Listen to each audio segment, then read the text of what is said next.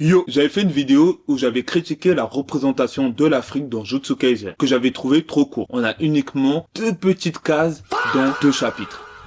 Et aussi, j'ai trouvé que c'était beaucoup trop évasif. Des gens m'ont dit que ça se déroulait au Kenya, mais on n'a jamais eu de précision de la part de l'auteur ou dans le décor. Aussi, en commentaire, on m'a dit que l'énergie occulte se trouvait dans les villages. Ce qui est faux. En tout cas, au Japon, l'énergie occulte est à retrouver en ville. Parce que je rappelle, Jujutsu Kaisen Modulo, le chapitre 3, nous le rappelle bien aussi.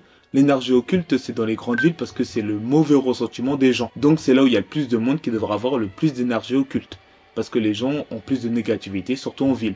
Vous avez vu ce qui s'est passé à la Cannes, toute cette négativité, ça devrait faire des fléaux de classe S, peut-être des fléaux serviettes, on sait pas. Mais en tout cas, ça doit être dans les villes africaines qu'on aurait dû retrouver cette énergie occulte. Après, pour les objets mystiques, c'est vrai qu'on aurait pu les retrouver en village. Mais ici, dans cette vidéo, je vais vous présenter mon Jujutsu Kaisen africain, Bantu. Bantu est l'œuvre de Nox. N'hésitez pas à le suivre sur Instagram et sur TikTok, il fait d'excellentes vidéos. Et Nox a proposé son afro-manga sur Manga Draft, à lire gratuitement, une version d'un JJK que je trouve africain. C'est-à-dire qu'on est à Libreville, au Gabon, et on retrouve le personnage de Malik, qui porte un masque africain, un MV. Et il va combattre contre des monstres africains ou des maîtres fléaux, qui veulent capturer une fille, Ruby, qui a un pouvoir mystique exceptionnel, dont on ne sait pas encore quel est son pouvoir. Et donc, on se retrouve dans un scénario qui fait très JJK d'Andada, avec des pouvoirs mystiques et un folklore africain réutilisé par Nox, tout en étant moderne et dans les villes africaines. On retrouve le lycée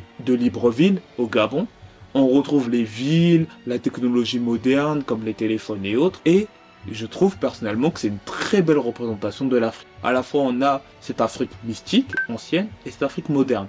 Bien évidemment aussi dans ma vidéo, j'avais dit que on voyait des huttes, des savanes et autres. C'est pas négatif de voir ce genre de choses, c'est l'Afrique.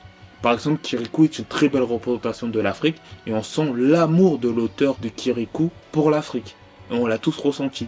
De Jujutsu Kaisen, à titre personnel, moi je l'ai pas ressenti. En tout cas, vous pouvez me dire en commentaire si vous avez ressenti cela pour Jujutsu Kaisen. Et aussi, n'hésitez pas à lire Bantu de Nox. Je vais en parler dans une autre vidéo complète. Donc abonne-toi à Waxan. On se retrouve à la prochaine pour parler de Ichi the Witch et du personnage noir d'Escara. Peace out.